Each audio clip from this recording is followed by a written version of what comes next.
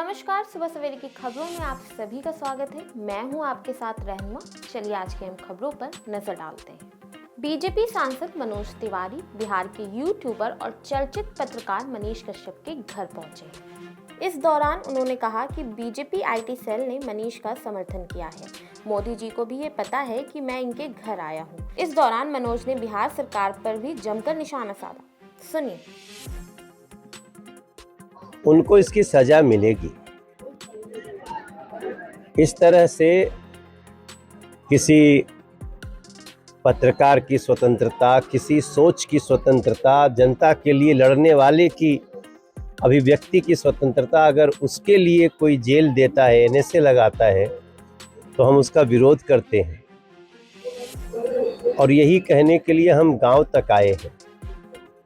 जब मनीष हमारे पास आए, दिल्ली पहुंचे थे, उसके पहले भी मैं बोला था मैं आऊँगा गांव, लेकिन तब तक ये दिल्ली पहुंचे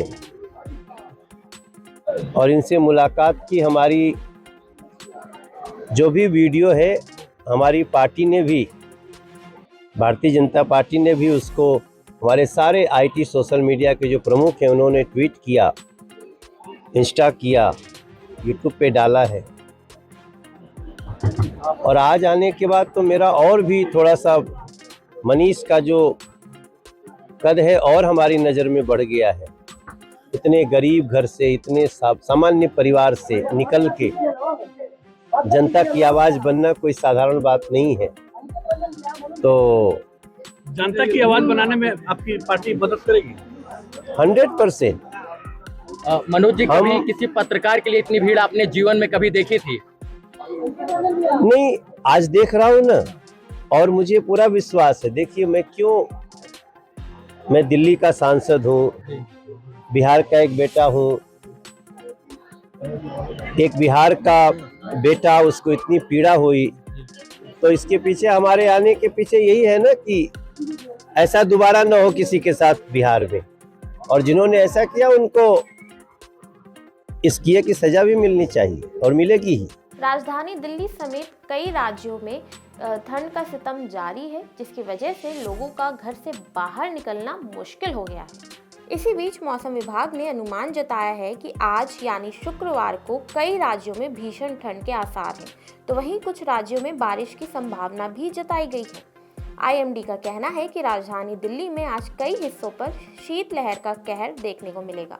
इसके साथ ही दिल्ली के कुछ इलाकों में 9 जनवरी को बारिश होने की उम्मीद जताई गई है। बारिश के बाद दिल्ली का तापमान और अधिक गिर जाएगा।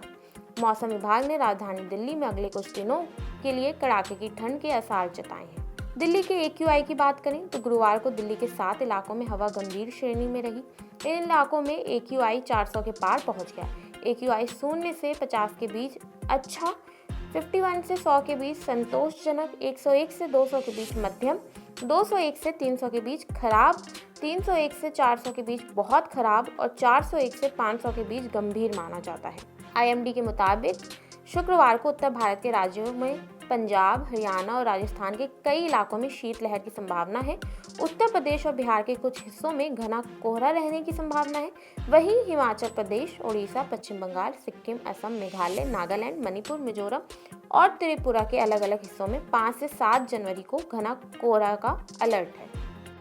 यूपी के सुल्तानपुर में एसटीएफ ने विनोद कुमार उपाध्याय का एनकाउंटर कर दिया है। गोरखपुर पुलिस ने विनोद कुमार उपाध्याय पर 1 लाख रुपए का इनाम रखा था। बता दें कि शार्प शूटर विनोद कुमार उपाध्याय अपना एक संगठित गिरोह बनाकर गोरखपुर, बस्ती, संतकबीर नगर, लखनऊ में कई सनसनीखेज हत्या की वारदातों को अंजाम दे चुका था। उपाध्याय का एनकाउंटर एसटीएफ मुख्यालय के डिप्टी एसपी दीपक कुमार सिंह के नेतृत्व में उनकी टीम ने किया है। गोरखपुर, बस्ती और संत कबीर नगर में विनोद उपाध्याय के खिलाफ 35 केस दर्ज थे, लेकिन उसे किसी में भी सजा नहीं मिली थी। शुक्रवार को तड़के जब एसटीएफ की टीम ने उसे घेरा तो वो बचने के लिए फायरिंग करने लगा। उसने एसटीएफ टीम पर कई राउंड फायरिंग की, जिसके बाद जवाबी कार्रवाई में उसे एसटीएफ की गोली लगी। गोली लगने के बाद उसे अस्पताल में भर्ती कराया गया, जहां उसकी मौत हो गई। उपाध्याय को 7 महीने से एसटीएफ और गोरखपुर क्राइम ब्रांच की टीम ढूंढ रही थी। विनोद उपाध्याय यूपी के माफियाओं की टॉप 10 लिस्ट में शामिल था। विनोद उपाध्याय अयोध्या जिले के पुरवा का रहने वाला था और बीते साल सितंबर महीने में यूपी पुलिस ने उस पर 1 लाख रुपए का इनाम घोषित किया था। अयोध्या के प्राण प्रतिष्ठा के लिए तैयारी जोरों शोरों से चल रही है। इसी बीच कई बड़े नेताओं को इसके आगमन के लिए निमंत्रण भेजा गया है। समाजवादी पार्टी के राष्ट्रीय महासचिव शिवपाल सिंह यादव ने गुरुवार को इटावा में पत्रकारों से बातचीत में कहा कि राम मंदिर कोर्ट के आदेश पर बन रहा है। भगवान श्री राम का सम्मान करते हैं। राम मंदिर का अगर निमंत्रण नहीं मिलेगा तो भी अयोध्या जाएंगे। सपा महासचिव ने बीजेपी पर आरोप लगाया कि वह पूंजीपतियों की पार्टी है, गरीबों के हितों को छोड़कर पूंजीपतियों को लाभ पहुंचाती रही है। तहसीलें भ्रष्टाचार का अड्डा बन गई हैं। योगी सरकार में कोई भी अधिकारी बिना रिश्वत के काम नहीं कर रहा है। इस सरकार में पूंजीपतियों के कर्ज माफ किए जा रहे हैं, जबकि उस पैसे से प्रदेश भर को मुफ्त बिजली दी जा सकती है। जबकि सपा प्रमुख की पत्नी और मैनपुरी सांसद डिंपल यादव से जब राम मंदिर जाने से जुड़ा सवाल पूछा गया था तो उन्होंने कहा था कि अगर राम मंदिर के प्राण प्रतिष्ठा समारोह का निमंत्रण मिलेगा तो वो जरूर जाएंगे, अगर नहीं मिलेगा तो भी वो बाद में जाएंगे। बता दें कि कन्नौज से बीजेपी सांसद सुब्रत पाठक ने समाजवादी पार्टी और अखिलेश यादव को निमंत्रण नहीं भेजने की अपील की थी। उन्होंने कहा था कि सपा सरकार ने ही राम भक्तों में गोलियां चलवाई थी, पहले उन्हें इसके लिए माफी मांगनी चाहिए। दिल्ली के सीएम अरविंद केजरीवाल की मुश्किलें बढ़ती जा रही हैं। दिल्ली के उपराज्यपाल वीके सक्सेना ने मोहल्ला क्लिनिक घोटाला की जांच सीबीआई से कराने के आदेश दिए हैं। बता दें कि इस घटनाक्रम से कुछ दिन पहले सक्सेना ने दिल्ली सरकार के अस्पतालों में उन दवाइयों की कथित आपूर्ति की सीबीआई जांच की सिफारिश की थी जो मानकों पर खरा उतरने में नाकाम रही थी। दिल्ली के केवल 7 मोहल्ला क्लिनिक के सैंपल डेटा से पता चला है कि डॉक्टर क्लिनिक में नहीं आते थे। इसके बावजूद मरीजों को दवाएं लिखी गई हैं, उनके टेस्ट करवाए गए। इसका फायदा 2 निजी प्रयोगशालाओं को हुआ। हजारों मरीजों के फ़ोन नंबर कथित तौर से फर्जी तरीके से लिखे पाए गए हैं।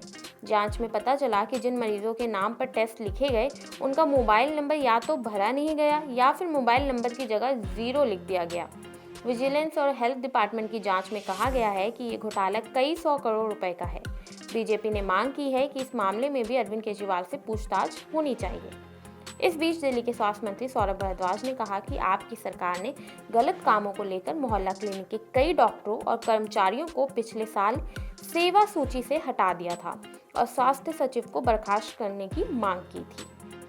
राजस्थान में बम्पर जीत के बाद आज पहली बार प्रधानमंत्री नरेंद्र मोदी राजस्थान के दौरे पर पहुंच रहे हैं। पीएम मोदी आज शाम करीब 6 बजे जयपुर पहुंचेंगे, जहां वे बीजेपी कार्यालय में पार्टी नेताओं के साथ लोकसभा चुनाव की रणनीति को लेकर बैठक करेंगे। विधानसभा चुनाव में जीत के बाद पीएम मोदी पहली बार जयपुर पहुंच रहे हैं, तो उनके स्वागत में न सिर्फ बीजेपी दफ्तर बल्कि पूरे जयपुर शहर को सजाया गया है। रंग बिरंगी लाइट से जयपुर का बीजेपी दफ्तर जगमगा रहा है, तो वहीं गुलाबी शहर भी भगवामय हो गया है। जयपुर की सभी इंपॉर्टेंट बिल्डिंग्स में लाइट्स लगाई गई हैं। बीजेपी के झंडों से पूरा शहर पट गया है। जयपुर आज से 3 दिन तक हाई अलर्ट पर रहने वाला है। पीएम मोदी आज शाम करीब 6 बजे जयपुर पहुंचेंगे, जहां से सीधे प्रदेश बीजेपी के दफ्तर जाएंगे। पीएम बनने के बाद पीएम मोदी पहली बार बीजेपी ऑफिस आ रहे हैं, जहां वे लोकसभा चुनाव को लेकर अहम बैठक करेंगे।